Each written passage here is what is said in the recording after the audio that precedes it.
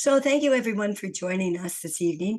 This is the third in our three-part webinar series for area residents and downstream residents concerned and potentially affected by the Nuclear Waste Management Organization's proposed deep geological repository. And they're looking at two candidate sites, and one of those sites is in the headwaters of the Wabigoon and the Turtle River watersheds.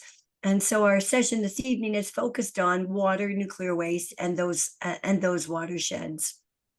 So my name is Bernane Lloyd, and I'm joining you from Robinson Huron Treaty Territory.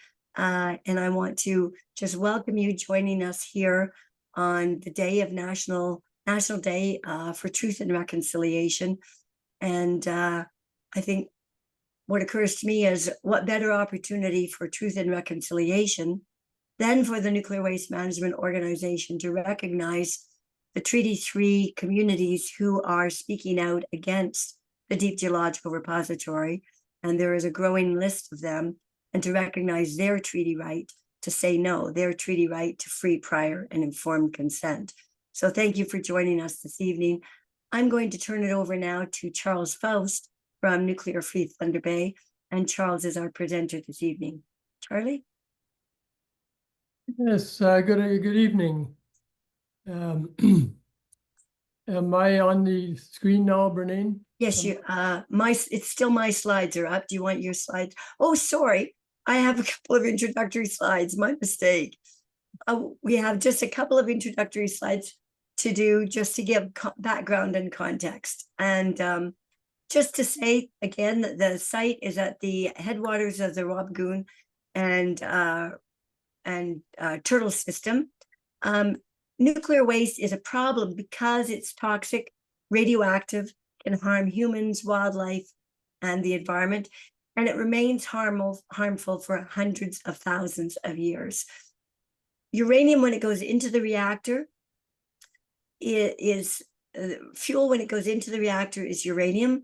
When it comes out of the reactor, it's high-level radioactive waste, and it is 1 million times more radioactive than the uranium that went in, and it takes 1 million years for it to reduce to the same level of radioactivity as that original uranium. So what would be needed for the safe storage of nuclear waste? What would that look like? First of all, the waste and waste containers are stored as a system where they can be carefully monitored, and the performance of the containers can be measured. Any failed containers can be identified, they can be repaired, they can be replaced.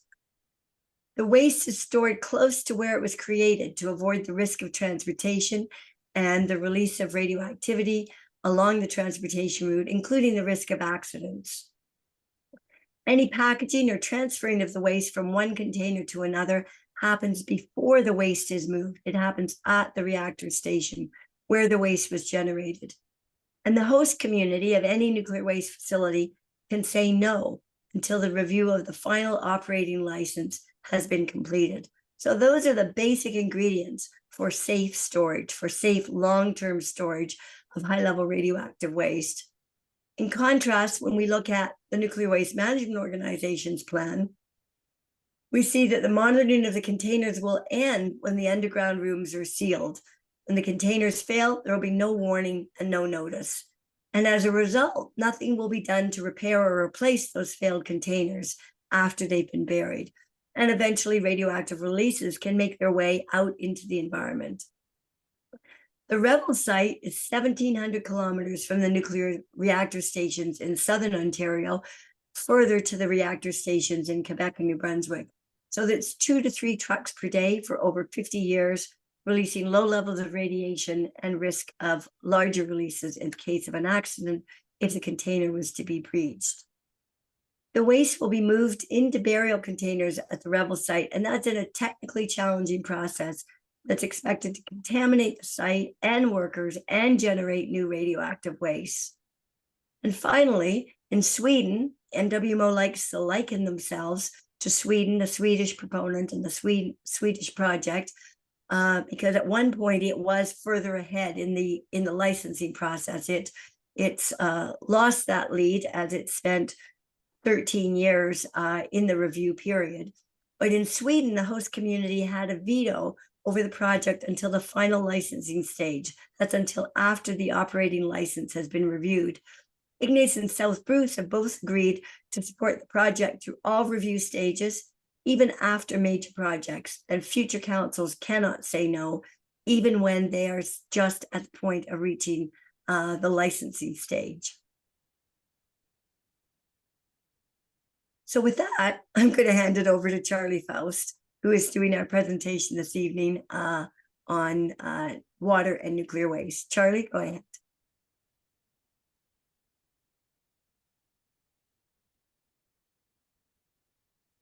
All right. Thank you very much, Bernine. Am I on the screen now? You are. Okay. I still have a slide up. That's the reason I ask. Good evening. I'd like to start with a land recognition. As Bernine pointed out, today of all days is a day of truth and reconciliation. So it's even more appropriate that I start with this today. So I am grateful to live, work, and learn on the traditional territory of the Fort William First Nation, signatory to the Robinson Superior Treaty of 1850, also home to the Métis. As an inherited signatory, I acknowledge my responsibilities to learn in a spirit of reconciliation from the many nations with histories in this area who have cared for and who continue to protect the lands and waters, and to work towards a new relationship free of the evils of colonization. So I'd like to start by introducing myself. Of course, my name is Charles Faust. I retired from the Ontario Ministry of Natural Resources in 2012. During my career with OM&R, I worked in engineering services in the Red Lake District and as Indigenous liaison in Nipigon District. I'm a member of We the Nuclear Free North and Nuclear Free Thunder Bay. I've been actively opposed to deep burial of nuclear waste on and off for 35 years. The search for a site to bury used nuclear fuel waste is like a recurring nightmare for me that never really goes away. This presentation will focus on the potential impacts to water if the proposed deep burial of nuclear fuel waste goes ahead. So I'd like to start a screen share now. I have a couple slides.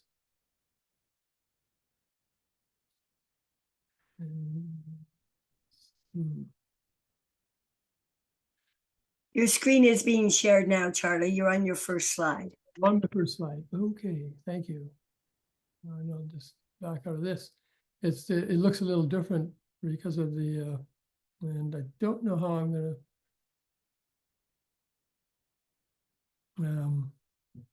It doesn't scroll the way it used to. So we have Houston, we have a problem. It says I will stop other people's screen sharing. Do I want to continue? There we are. Now I see myself. So maybe start your screen share again. I'll start my screen share if I can.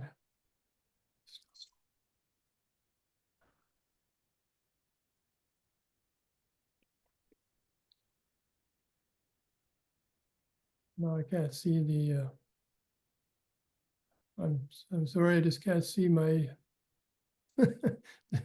This went so well in practice. Yeah, no worries. You see your share screen green button at the bottom? My screen, so this is the one I want to share. So if you click on your green share screen button at the bottom, and then it should display different options that you have open. Okay, it's not that one. There you go. So did that one come up for you? Yeah, that's it. Okay. Your slide's up now. There we are. I recognize this. Great. Good. There's the hiccup for the evening. That's it. Done and cared for. So the question that it was put to us some time ago is what is the risk that surface water will be affected if a deep geological repository for high-level nuclear waste proceeds? So in this presentation, I would like to try to answer some of the most often asked questions concerning water and nuclear waste. What are the risks that water will become contaminated with radionuclides? How would radioactive contamination get into the water? If contamination does enter the surface water, where will it go? In order to answer the last one, we will need to look at watersheds. A watershed is defined as any surface area from which runoff resulting from rainfall is collected and drained through a common point. It can also be called a drainage basin or a catchment area. It may be very small, or it could be hundreds of square kilometers. I'm going to go to the next slide, which is a first watershed that I'd like to talk about. This is the description, a delineation of the Winnipeg River watershed. What's interesting about it is that in Canada, treaties with Indigenous people were very often were drawn according to major watershed boundaries. This is the case in the Treaty 3, where the proposed site is located. So you can see that this watershed crosses into the U.S. It doesn't know about international borders. So the Canadian portion has a white background. The American portion is grayed. You can notice, actually, I notice a difference in the amount of water, the percentage of water in the Canadian portion compared to that of the Midwestern of Minnesota. There isn't as much water in the, as a percentage of the land area of the watershed in the American portion. The Canadian portion, it takes up about 2/3 of the Winnipeg River watershed. And you were looking at if you look at the Canadian portion, that's pretty much the Treaty 3 area. They had to change it a bit, and this area used to drain north. But they turned it around, and now they had a diversion, and they turned it around into the English River, the system. So the actual treaty area has a line that comes across here, a fairly straight line, but we won't worry about that. So all the water in Treaty 3 area flows west into Lake Winnipeg. The little star here is the approximate location of the Revel site that's proposed for a deep geological repository, or a DGR. There are 28 First Nation communities that live in Treaty 3, and approximately 25,000 people live in those communities. The percentage of land to water, about 7.6% of the drainage area is surface water. So that's pretty significant. I'll go now to the next slide.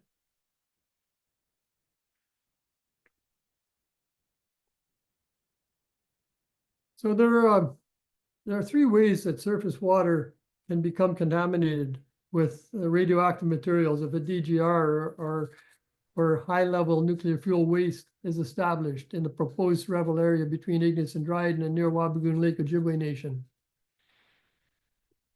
So the first one is entry into the surface water as a result of accidents during transportation. And we'll go through them each individually after I mention them.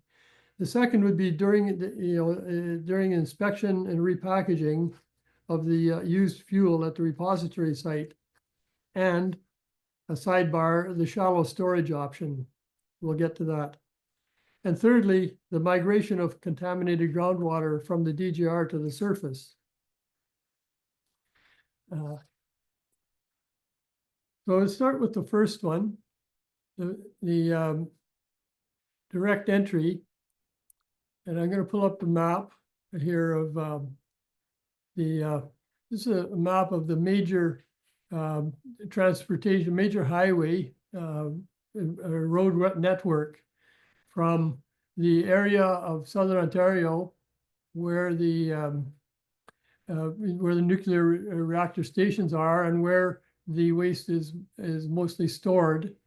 And it follows the 400, Highway 69, Highway 17 up to Thunder Bay, joint Highway 1117 through till Chappaqua, and then the last stretch is Highway 17 again to, it goes as far as Ignace, but the site would be a little beyond that. The site's actually roughly halfway between Ignace and Dryden. Not shown is the Highway 11, which is another potential route. Highway 11 branches off at Barrie and follows up through this area, North Bay, Cochrane, Kapuskasing, Greenstone, and it comes back down past Lake Nipigon and joins Highway 17 at Nipigon. So those are the two main highways. And when I look at these highways, I think what could possibly go wrong? The accidents of there's 1,650 kilometers average distance from the southern reactor stations to the proposed site. The accidents have increased significantly over the last number of years. But so NWMO is planning to bury all of Canada's high-level nuclear waste in the DGR approximately 680 meters below the surface. This will mean transporting an estimated 100,000 tons of waste from as far away as New Brunswick to the selected site.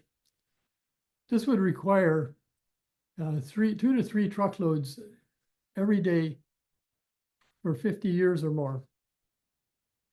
Transport truck crashes have increased at an alarming rate in Northern Ontario. Response times are long to crash sites. If one of these shipments was ruptured during a crash, radioactive material could enter the surface water via small lakes, rivers, or even directly into Lake Superior.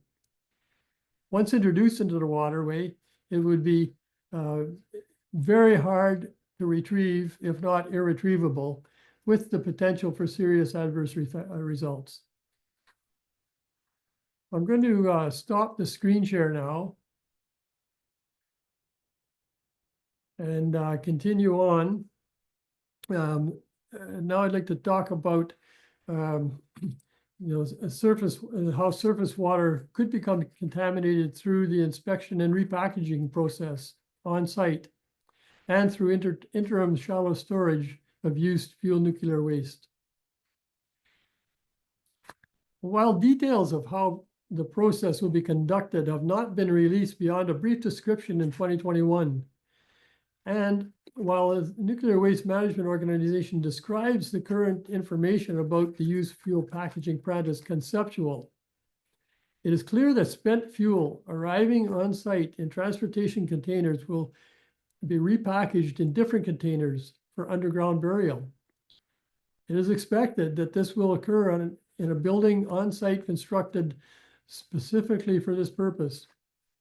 The NWMO has been vague about the length of time material might be stored at surface pending inspection and repackaging. There will also be contaminated byproducts of this hazardous process to be managed. Liquid wastes will be generated by underground sumps in the DGR, but also from decontaminating processes in the used fuel packaging plant. While not detailed, the NWMO's plan to date is to use settling ponds to collect these liquid waste and then release the water into a local water body. Their conceptual plan does not indicate any plan to monitor surface water for radionuclides, even at points of discharge into surrounding surface water. The repackaging facility will be a permanent operation as long as spent fuel is being transported, which is a minimum of 50 years, and will create the potential for radioactive material to enter the surface water for as long as it is in operation, and longer if the ground itself becomes contaminated. The next concern I'd like to talk about is the use of interim shallow storage, pending deep burial. The NWMO has been vague also about the possibility of temporarily storing high-level nuclear waste in what they have called the shallow storage option. While they have not defined what this would look like, it has been referenced in each iteration of the DGR plan. Considering the logistics of building the DGR, transporting the material, inspecting and repackaging, it would be not surprising to see high-level nuclear waste stored at or near surface for long periods of time. This would present an even more immediate risk for contaminated material to enter the surface water flow directly. The third way that surface water could become contaminated is through migration of contaminated groundwater from a DGR to the surface. The question of potential contamination of groundwater from a deep geological repository is perhaps one of the greatest concerns and also one of the hardest to predict. The science of hydrogeology, or the study of the occurrence, distribution, and movement of water below the Earth's surface, is a relatively new field. This is due partially to the difficulty in measuring and studying it. Furthermore, the challenge of modeling groundwater movement increases significantly with its depth below surface. Hydrogeologists make predictions based on the geology, integrity of rock formations, and other factors specific to individual areas. But limited information means limited certainty regarding conclusions derived, which would need to be qualified. In terms of a deep hydrogeological study, the mining industry has done extensive work over many years. Mines have been developed at much greater depths than what is proposed by the NWMO. Water migrates by the path of least resistance to areas of low pressure. Any underground cavern will offer an opportunity for groundwater to accumulate. Water that collects in operating mines has to be pumped back to the surface in order for work to continue safely. If a mine becomes inactive and pumping of water stops, the mine will gradually fill with water. This is because the area of least resistance would be upward once water has reached rock bottom. Now, the NWMO is proposing to create a series of underground caverns to fill them with the containers of used fuel waste, seal them, and eventually abandon the site. Whether or not the containers will withstand the forces of heat, pressure, and chemical reaction, or how long it might take for them to fail, is the subject of a separate discussion. It is generally agreed, however, that water will enter the DGR. Over time, this water will almost certainly migrate towards the surface, following the path of least resistance. The length of time it will take will depend on specific geology and integrity, the degree of fracturing of the rock at the site.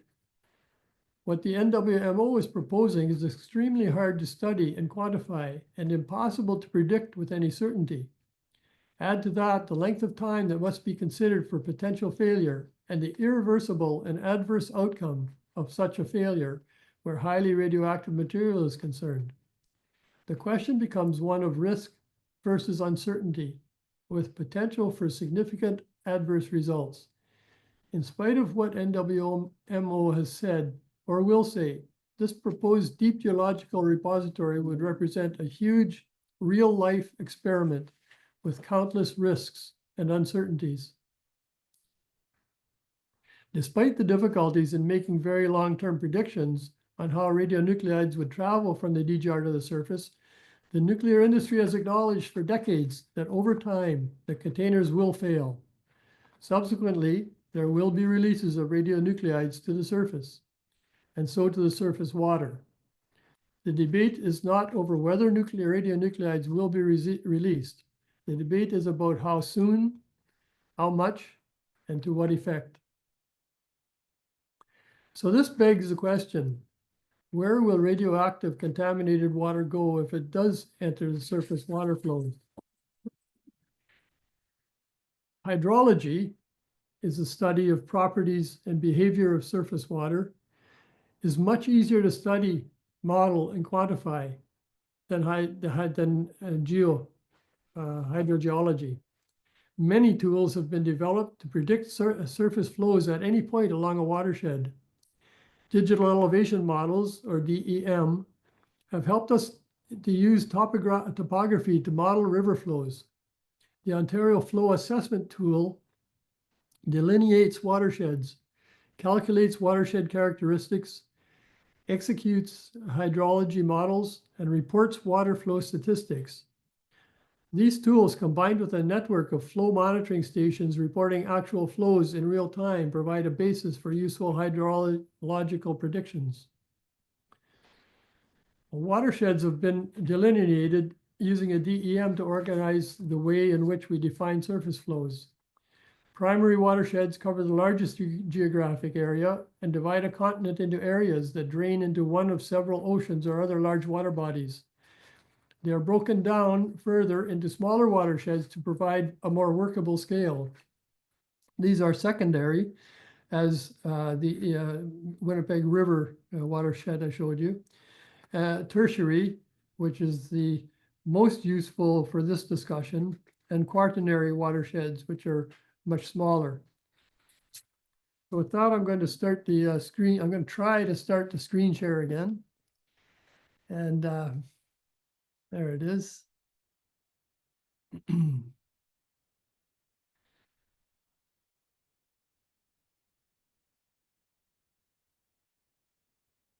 Oops. There. And go to this lovely map, which we've. It's titled "Where Will Contaminated Water Go If It Enters Surface Flows?" It's a little. It's very busy. But what I'd like to say about it is that it shows the tertiary watersheds, which are outlined in purple, in the area from Ignace, which is here, where my mouse pointer is, to the close to the Manitoba border boundary. Sorry, we don't have borders between provinces. The arrows indicate the direction of surface water flow from the Rebel study area to the point where they join the Winnipeg River and continue to Lake Winnipeg. So this would be the point where they join the Winnipeg River. So I don't want to be too repetitive. I know I've tried to describe it in the text, but so as I pointed out, this is the study area and the proposed site for the DGR. It's at the headwaters of both the Wabigoon and the Turtle River watersheds. So from this point, from this side of the study area, any water, any surface water will start to flow via the Wabigoon River and the red arrows through Wabigoon Lake, through the town of Dryden, on down to meet with the English River near Grassy Narrows, and then further the two English Wabigoon would continue on and around Wabaseemoong Reserve would join the Winnipeg River and flow into Lake Winnipeg. That's for the Wabigoon. Now, on the if water that flows on occurs on the southern side or the eastern side of the study area, would cross this, would be on the other side of this height of land. These are so the purple line delineates the height of land between watersheds. So water on this side would flow south along the Turtle River to Rainy Lake. From there, off the screen a little bit, through along the Rainy River, which forms the border with the US, and then up into Lake of the Woods from the south end. Flow in the Lake of the Woods is slow but steady north. It leaves Lake of the Woods via the Winnipeg River at Kenora and continues along to pick up and join with the English Wabigoon, again at Wabaseemoong, and onward into Lake Winnipeg.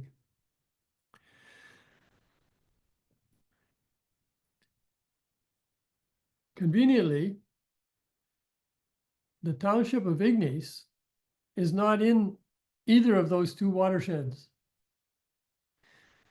The township of Ignace is in the English River watershed. So whatever water falls, whatever happens in the study area, if any contamination enters the water in the study in the proposed area for the deep geological repository, it will head either through the Wabigoon or through the Turtle, depending on where it is within the study area, away from Ignace. Ignace, who have decided to accept this project, would be exempt from downstream flows in any event.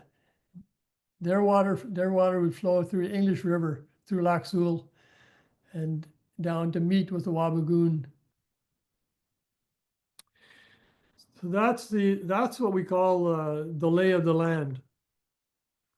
So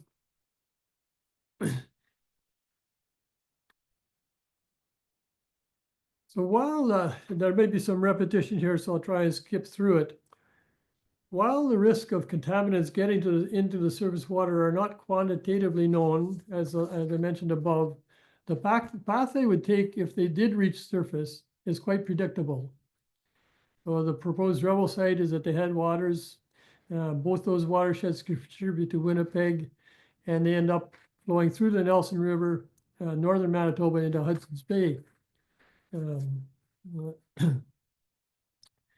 Now the Wabigoon River, many of you will know, has well been documented. The Wabigoon River was contaminated with industrial mercury from the pulp and paper mill in Dryden over a period of about 10 years during the 1960s. It took a long time for communities to realize the danger, but the fish would accumulate mercury, and Grassy Narrows and Wabaseemoong communities who live on those river systems and extract their living and their livelihood from eating the fish and other animals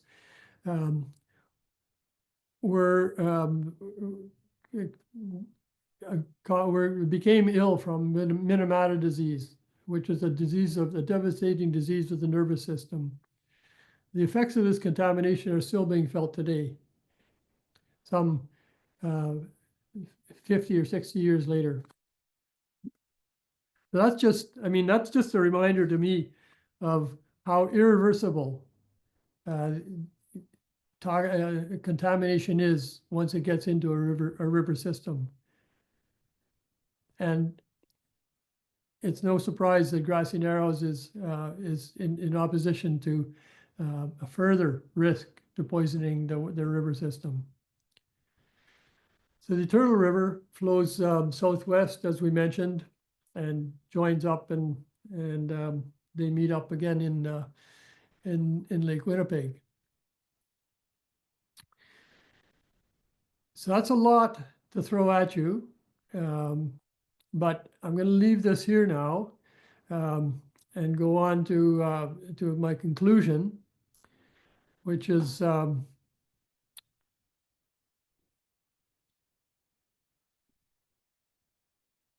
in spite of the NWMO's assurances to the contrary, there will be risks in this process.